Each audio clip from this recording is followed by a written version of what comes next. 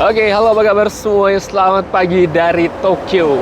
Oke, jadi hari ini adalah hari pengambilan untuk pre-ordernya iPhone 16 series. Ya, jadi saya kebetulan emang lagi ada di Jepang, di Tokyo, lagi ada sedikit pekerjaan di luar dunia tech dan karena waktunya pas, jadi udah kita ambil di sini aja.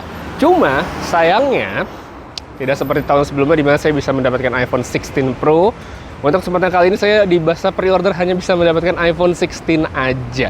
Karena di Jepang cepet banget habisnya. Padahal di Tokyo ini dari sekitar sampai di Kawasaki itu totalnya mereka punya 5 Apple Store kalau nggak salah. Dan itu semuanya habis untuk pengambilan tanggal 20. Jadi untuk hari ini saya belum bisa ngambil yang 16 Pro. Belum bisa beli juga. Mungkinan kalau misalnya walk-in nggak tahu bisa ambil atau enggak. Tapi nanti kita cobain aja. Nah sekarang udah dekat ke lokasi, saya bakal ngambil di Apple Store Ginza. Ini bukan Apple Store yang paling gede itu ada di Marunouchi kalau nggak salah. Ya ini Apple Store kecil aja, kita lihat ke situ ternyata seperti apa sih, sebanyak apa sih orang yang beli sampai nggak ada gitu iPhone 16 Pro-nya. Ya, yang 16 tuh masih gampang nyarinya karena emang ya namanya iPhone base gitu, nggak terlalu keren. Nah yang Pro itu cepet banget habisnya. Oke, kita sekarang meluncur aja. Asli sekarang panas banget padahal masih jam 8 pagi. Udah keringetan basah segala macem. Tapi nggak apa, kita coba aja. Pengalaman pertama untuk pre-order iPhone di Tokyo, di Jepang.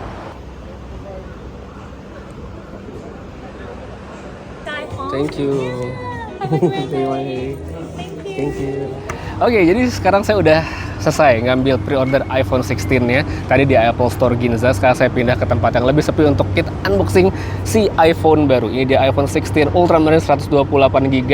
Ini bisa dibilang warna jagoan mereka tahun ini untuk base model iPhone. Jadi warnanya itu ada yang pink, ada yang putih, ada yang hijau teal ya, sama Ultramarine yang ini. Ini warna jagoan mereka.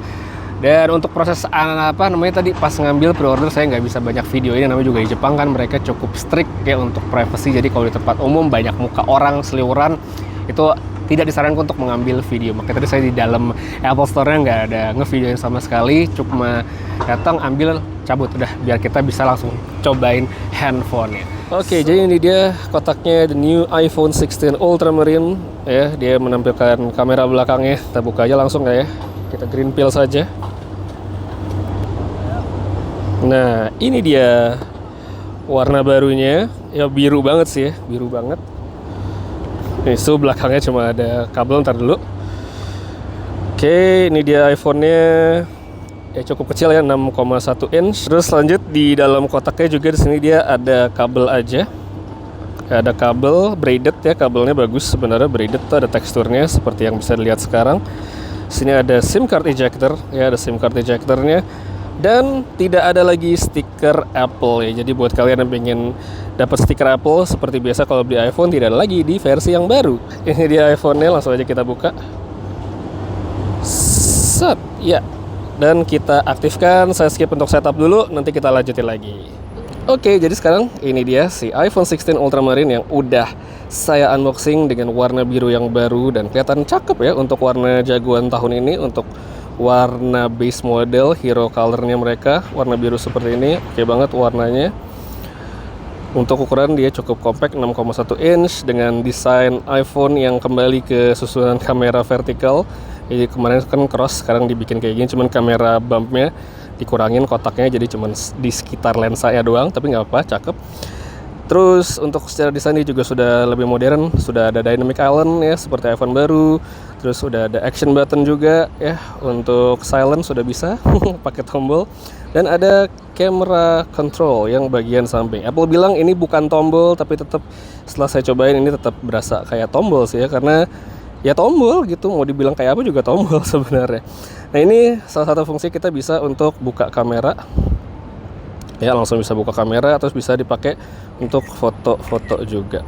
Nah terus untuk di kamera ini misalnya kita mau ambil foto ya, tinggal dipencet aja seperti sekarang, bisa seperti itu. Terus kalau dia ditekan setengah gitu, dia bisa diganti-ganti. Kalau kita double tap ya, dia akan muncul mode seperti ini, ada exposure, ada depth, ada zoom, ada camera, dan ada style, ada tone juga. Jadi kalau untuk defaultnya itu sebenarnya ada di bagian zoom. Jadi zoom ini dia tuh kayak semacam slider, kita bisa geser zoomnya dari 0,5, tapi dia bertahap gitu ya, jadi ada range-nya.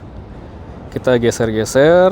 Nah, yang saya sebenarnya lebih suka adalah yang di bagian kamera ini, karena ya sebenarnya lebih kayak kita tombol, karena dia langsung 0,5, langsung 1, langsung 2 gitu, seperti pakai tombol di layar. Dan mungkin ada yang notice kalau saya pakai kamera control, yang tombol semua di layar tuh bakal hilang ya. Tuh kayak gini langsung hilang semua, langsung bersih layarnya. Terus pindah lagi, setelah kamera dia ada styles, ini photographic styles. Jadi sini ada tone-tone gitu, ada vibrant, ada natural, ada luminous, segala macam, bisa di slide, kita ganti-ganti tone warna ya untuk kayak preset gitu. Terus kalau kita geser lagi dia ada tone. Nah, tone ini dia akan ya intensitasnya ya, ini kalau semakin tinggi atau diturunin seperti sekarang. Nah, habis itu geser lagi ke paling kiri, ini ada depth. Ini kalau kita pakai mode portrait dia akan kita kepake ini mode depth-nya, depth depth lagi depth. Terus ada juga exposure control ya. Kurang lebih sih begitu untuk videonya. Dan kalau misalnya kita back, kalau kita tahan, dia akan langsung otomatis rekam video. Kalau kita lepas, videonya langsung mati.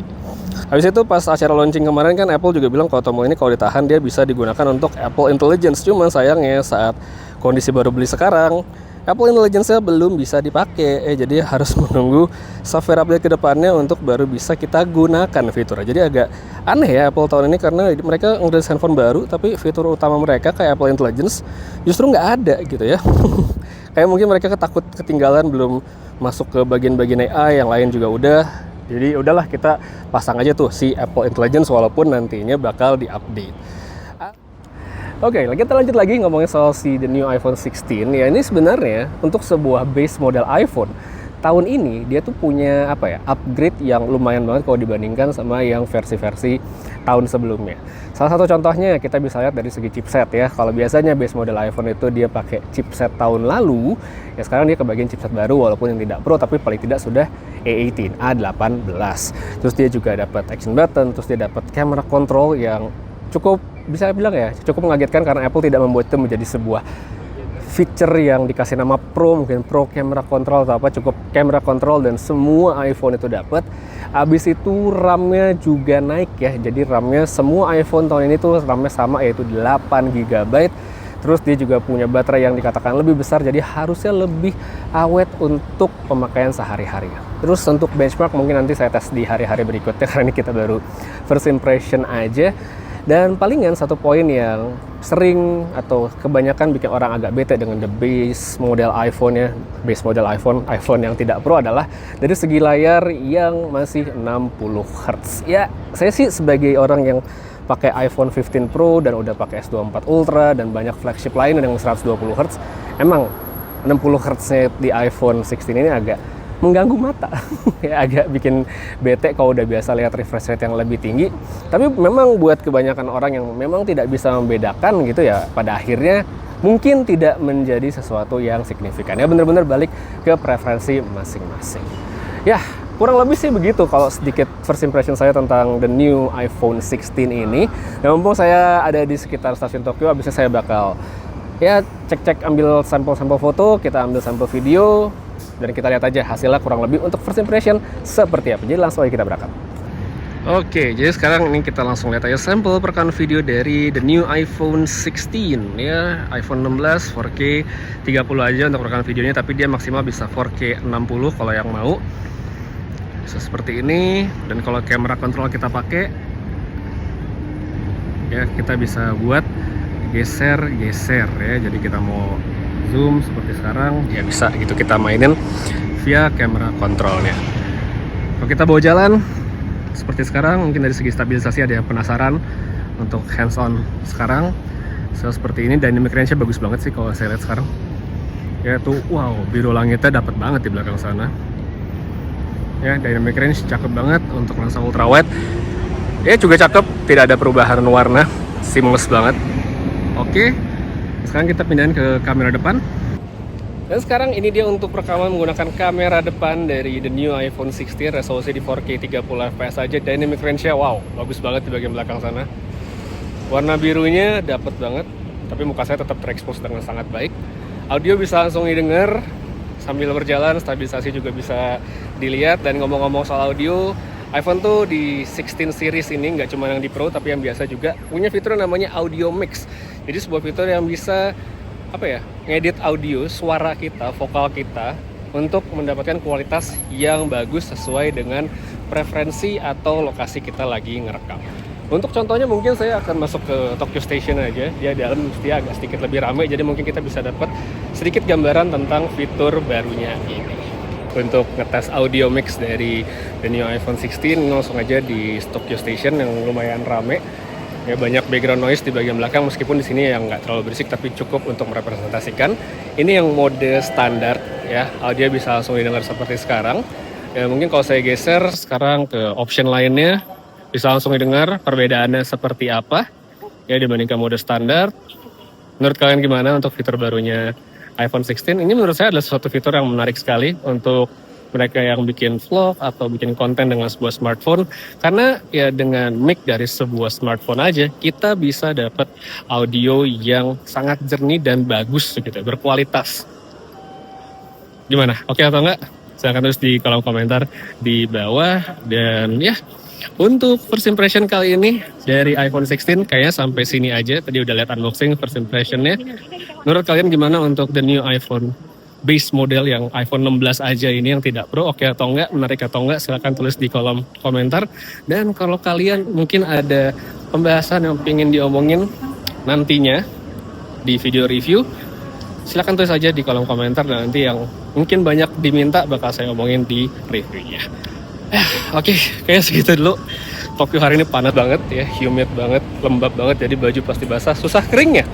Oke, jadi saya mau ngadem dulu, dan sampai ketemu lagi di video berikutnya. Dan seperti biasa, have a nice day.